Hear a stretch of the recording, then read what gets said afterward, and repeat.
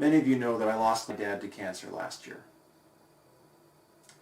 I remember when he first felt the lump in his neck, the swelling of a lymph node that just wouldn't go away. And I remember the pit in my stomach when, on the day of his first appointment with the ENT doctor, he and my stepmom texted me in the middle of choir practice to ask if I could Skype with him that night. For 3 years, he received treatment. Radiation, chemo, immunotherapy. All the while, I kept praying. This congregation kept praying. My parents' congregation kept praying. He had so many people praying for him. And I remember that through the whole thing, I tried to be hopeful. I tried to be optimistic. But somewhere in my heart, I knew that this was going to kill him. I knew that because I'd seen it before. My mother died of cancer 26 years earlier. She had a much shorter and rougher illness than my dad did, and we both thought about her a lot. After he was initially diagnosed, Dad said that he didn't even want to consider chemo because he didn't want to go through what she went through. He knew how that ended, and he didn't think that it was worth the cost. Now, we all have stories of medical miracles. People who have somehow survived and recovered against all odds. Those stories give us hope when another person we know falls ill to cancer or MS or whatever. But they also fill us with doubt. If that person got well, why not this one? We come up with all sorts of ways to explain it. We blame the failure on the doctors, or we believe it has something to do with not catching it soon enough, or we blame the choices the person has made. Like, for years, I believed that my mother's cancer was due to the fact that she smoked, even though it was never in her lungs. The most ugly thing that we do is to blame the victim for not having enough faith. When Jesus finally arrived in Bethany, Mary and Martha blamed him. Each of them separately confronts him with the same words. Lord, if you had been here, my brother would not have died. We see death as unnatural, as something that, given the proper resources, we can avoid. Especially in our country, with its advanced medical technology and its wealth of resources, we can stick death in a corner and ignore it. It rears up every so often, but after the funeral, or the divorce, or the trial, we go back to pretending it isn't there, that it doesn't bother us. I think that is why Jesus weeps at the tomb. He weeps for his friend Lazarus, certainly, but he does not weep as Lazarus' own sisters or the crowd of mourners weep. John's Gospel uses two different Greek words to describe the weeping of Jesus and the weeping that everybody else does. I think Jesus weeps because of what Lazarus' death has done to his community, to Jesus' friends. They've become bitter and hopeless, even hostile. The crowd of mourners John describes as Judeans, not Jews, Judeans. The same people who, less than a chapter ago, wanted to stone Jesus to death in Jerusalem. Even his dear friends Mary and Martha accuse him of being responsible for Lazarus' death. They want to know the same thing we all want to know. The same thing I want to know. And so many others have been made well. Why not this one? Could not he who opened the eyes of the blind man have kept this man from dying, they ask? But the sad fact is, death is a part of life. The best we can hope for is to die peacefully in our beds at a ripe old age. If cancer doesn't kill us, if we don't die in a car accident, or from depression or heart disease, it'll just be something else. Every death we experience reminds us of this. Every funeral we attend, every job that is lost, every hope that is shattered, reminds us that death is still sitting quietly in the corner, biding its time. And sometimes it isn't. Like right now, death isn't sitting in the corner, it's standing against the window, casting its long dark shadow over the whole house. So far, most of us are still fine. We're still just trying to adjust to a life where we don't leave our houses.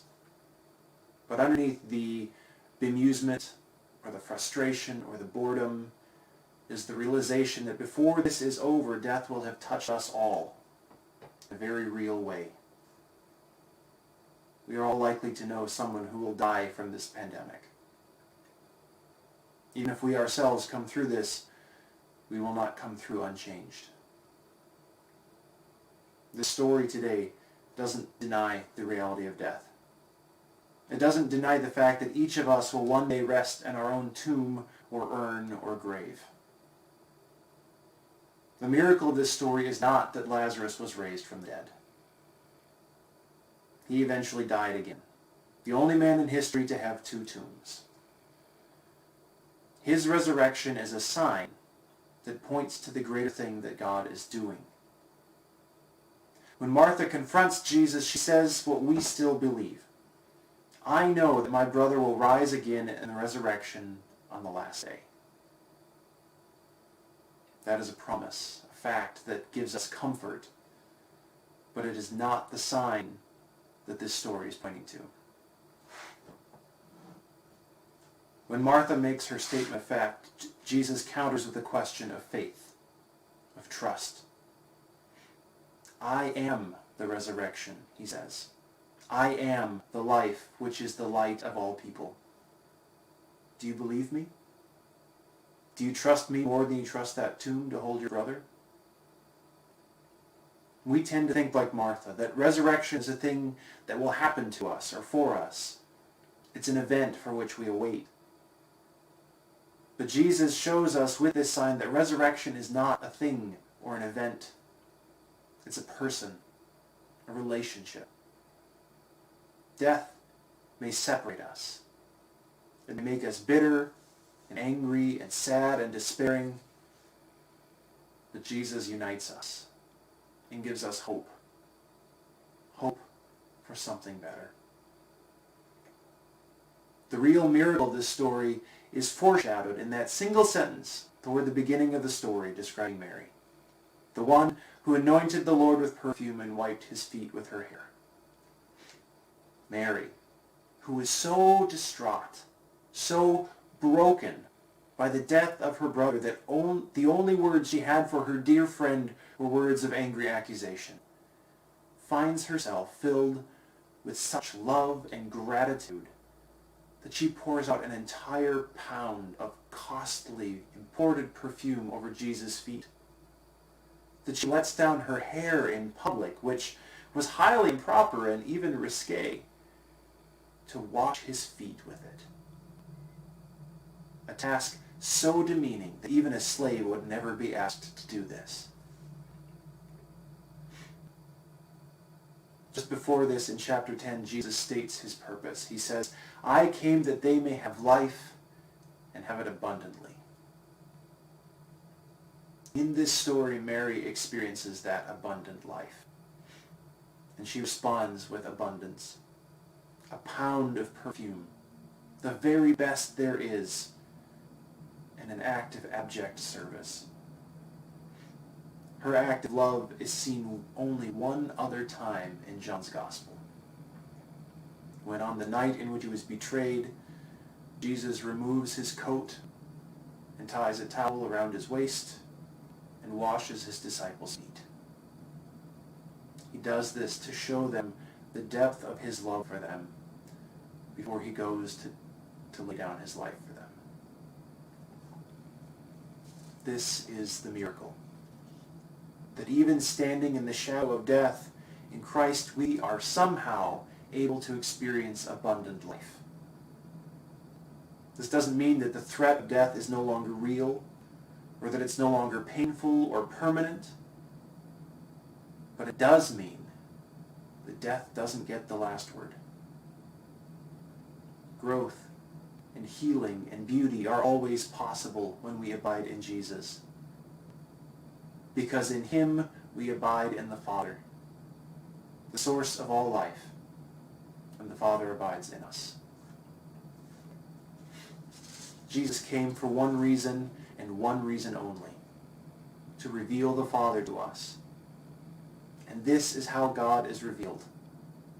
The light, which is the life of all people, has come into the world to give us the power to become children of God, born not of blood, not of the will of the flesh or the will of a man, but of God. That light shines in the darkness of sin and death and separation and despair, and shows us the Father, and the darkness does not overcome it. Death wounds us. It tears us apart from God and one another, just like it tore Mary and Martha apart from Jesus. It deforms and corrupts us. But Jesus heals us, like the paralytic at Bethesda. He opens our eyes like the man born blind in Jerusalem, so that we might see how God is hidden even in our own suffering, bringing healing and wholeness in the midst of the worst that life has to throw at us. We carry the scars of the world's pain with us wherever we go. But like the nail marks on the hands of the risen Christ, it is not the scars that define us, but the healing, the resurrection. So where is God at work in this pandemic? Where is God when this one is healed and that one is not? Where is God in a world in which some live in the lap of luxury while others are driven from their homes to flee violence or live in tents beneath overpasses? I think God is beside us, weeping over the ugliness and the inhumanity of it all. I think God also is broken and scarred by pain and death, just as we are. But I also think that God is not destroyed by those things. I think that when we abide in God, and when God abides in us, neither are we. I still hurt from my parents' deaths. I still ache for my father. I miss working with him in the garage and asking his advice on house projects. I hate that I couldn't go have a beer with him on my birthday. I miss my mom. I wish that she could have watched me grow up, that I could have gotten to know her. I hate that my niece will never know her grandparents. But I also know that I will survive, that we will survive. I know that although this pain will never go away, it will become a part of me, a part that I never want to live without. I know that I will see them again someday. But in the meantime, I trust that though they have died, they live in Christ. And that in Christ, they abide in me, and I in them, because we all abide in God.